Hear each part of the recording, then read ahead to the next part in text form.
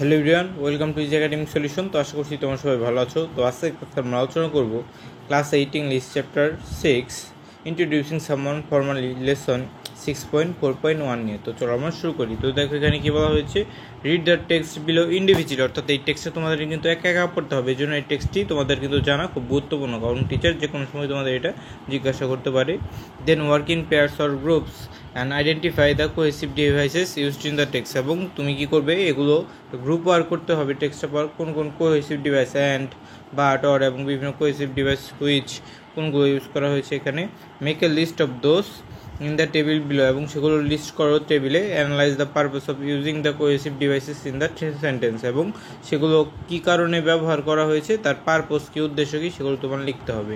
তো চলো আমরা এই টেক্সটটাকে পড়ি। তো আমাদের টেক্সটের নাম কি দেখো, wonders of the ancient world, অর্থাৎ যে প্রাচীন বিশ্বের যে সকল আশ্চর্যকর বিষয় ছিল সেগুলো। তো দেখো, Anima was sitting in her bed, অর্থাৎ অনিমা তার বিছানায় বসেছিল।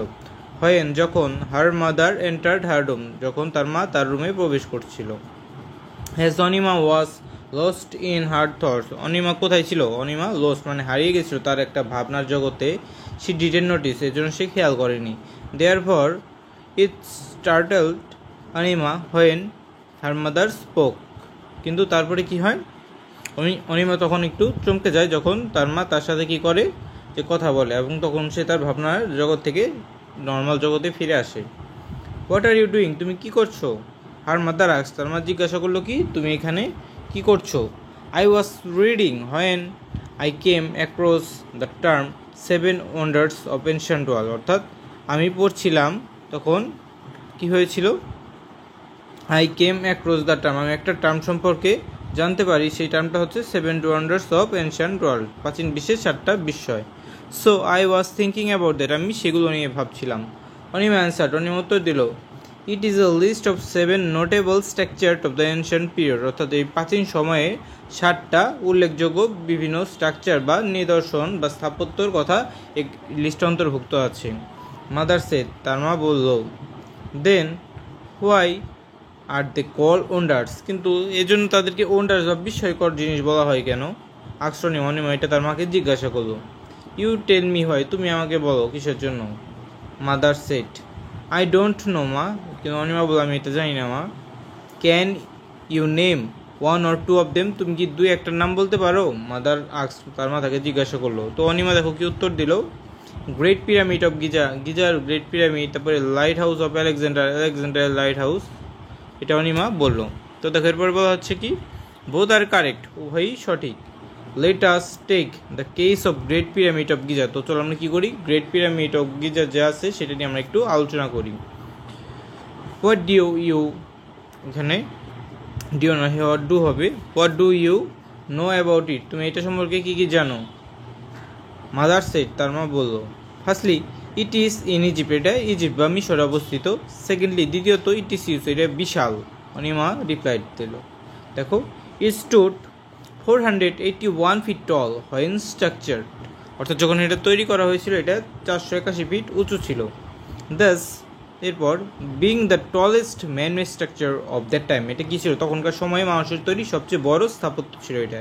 ফার্দারমোর, পরবর্তী সময়ে, it remained so for more than 3,800 years, অর্থাৎ এটা কী ছিল, প্রায় 3800 বছর ধরে এটা অনেক উঁচু স্থাপনার ভিতরে লিস্টে ছিল। Mother added, I can hardly wrap my head around it considering its massive structure in addition to the ancient origin, অর্থাৎ দেখো এখানে কী বলা হয়েছে, আই ক্যান হার্ডলি, আমি কদাচিৎ, wrap my head around it, অর্থাৎ আমি এটা কদাচিৎ এটা চিন্তা করি কী ব্যাপারে, এটা বিবেচনার ব্যাপারে, ইটস ম্যাসিভ স্ট্রাকচার, এই এত বড় একটা স্ট্রাকচারের, in addition to its ancient time, অর্থাৎ আমার মাথাটা আর কি চিন্তায় আসে না, আমি চিন্তা করতে পারি না কীভাবে এনশিয়েন্ট টাইমে এত বড় একটা স্ট্রাকচার, এত বড় একটা স্থাপনা তৈরি করা হয়েছিল, এটা ভাবতে আমার মাথাটা ওলটপালট হয়ে যায়। Anima said, moreover it was build without modern technologies, অর্থাৎ এটা কী করা হয়েছিল, তার মধ্য দিকে এটা কোনো মডার্ন বা আধুনিক প্রযুক্তির সাহায্য ছাড়া এটা তৈরি করা হয়েছিল। এরপর দেখো বলা হয়েছে কি, all of the 7 and the testaments of human marvel, অর্থাৎ এগুলো কী ছিল, এই 7 যে আশ্চর্য বা এই 7টা যে আশ্চর্যকর জিনিস আছে এগুলো মানুষের কি সুনিপুণ হাতের দ্বারা তৈরি করা হয়েছিল, এর জন্য মানুষ এগুলোর জন্য একটা প্রশংসার দাবিদার। ফর ইনস্ট্যান্স, অধিকন্তু the light house of Alexander was almost 387 feet tall, এটা 387 ফিট উঁচু ছিল Alexander light হাউসটা।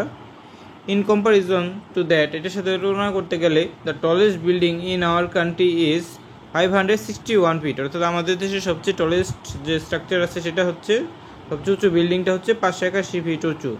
Which were build in 2012, almost 2300 years after the construction of the light house, অর্থাৎ লাইট হাউসের প্রায় 2300 বছর পরে আমাদের দেশে একটা বিল্ডিং তৈরি করা হয়েছে যেটা প্রায় 581 ফুট উঁচু, যেটা 2012 সালে তৈরি হয়। মাদার সে, তার মা বললো, now tell me why are they called wonders, অর্থাৎ এই 7টা যে ছিল তাদেরকে ওন্ডার্স বা বিস্ময়কর বস্তু হিসেবে চিহ্নিত করা হয় কেন? মাদার আক্স, তার মা জিজ্ঞাসা করলো এই কথাটা। তো দেখো অনিমা কি উত্তর দিল, because they are aspiring with a feeling of awe, অর্থাৎ তারা কি করে, মানুষকে কিসের একটা অনুভূতি দেয়, অর্থাৎ এই সকল স্থাপনাগুলো মানুষকে একটা অনুভূতি জাগ্রত করে, সেই অনুভূতিটা হলো ও, এর মানে হচ্ছে কি একটা ভয় বা একটা সশ্রদ্ধ এরকম একটা বিষয়ের অনুভূতি জাগ্রত করে। বিসাইডস, এর পাশাপাশি সিইং দেম, তাদেরকে দেখে, one can not but the wonders how this magnificent structural build, অর্থাৎ মানুষ ভাবে যে কীভাবে এই ম্যাগনিফিসেন্ট বা এত বড় বড় স্থাপনাগুলো তৈরি করা হলো, এটা মানুষ সবসময় ভাবে। তো দেখো অনিমা অ্যান্সার্ড, এক্স্যাক্টলি, ঠিক তাই। They fill us with wonders, তারা আমাদের মনে কি করে, বিভিন্ন বিষয়ের তৈরি করে। ফর দ্যাট রিজন, এই কারণে দে আর কল ওয়ান্ডার্স, তাদেরকে ওয়ান্ডার বলা হয় অফ দ্য এনশিয়েন্ট ওয়ার্ল্ড, প্রাচীন বিশ্বের। মাদার রিপ্লাই, তার উত্তর দিল, Anima thanked her mother and went back to her studies, Anima তার মাকে ধন্যবাদ দিল এবং সে তার পড়াশোনার দিকে চলে গেল। তো এইভাবেই আমাদের টেক্সটটা হয়ে গেল। তো দেখো নিচে কিছু বক্স আছে, এই বক্সটা আমরা কী করবো, আগামী ক্লাসে আলোচনা করবো। তো আজকে পর্যন্তই, এই টেক্সটটা তোমরা ভালোভাবে পড়বে। তো এই ভিডিওটি ভালো লেগে থাকলে অবশ্যই ভিডিওতে লাইক এবং চ্যানেলটিকে সাবস্ক্রাইব করতে ভুলবে না। তো সবাইকে ধন্যবাদ জানিয়ে আজকে এখানেই শেষ করছি।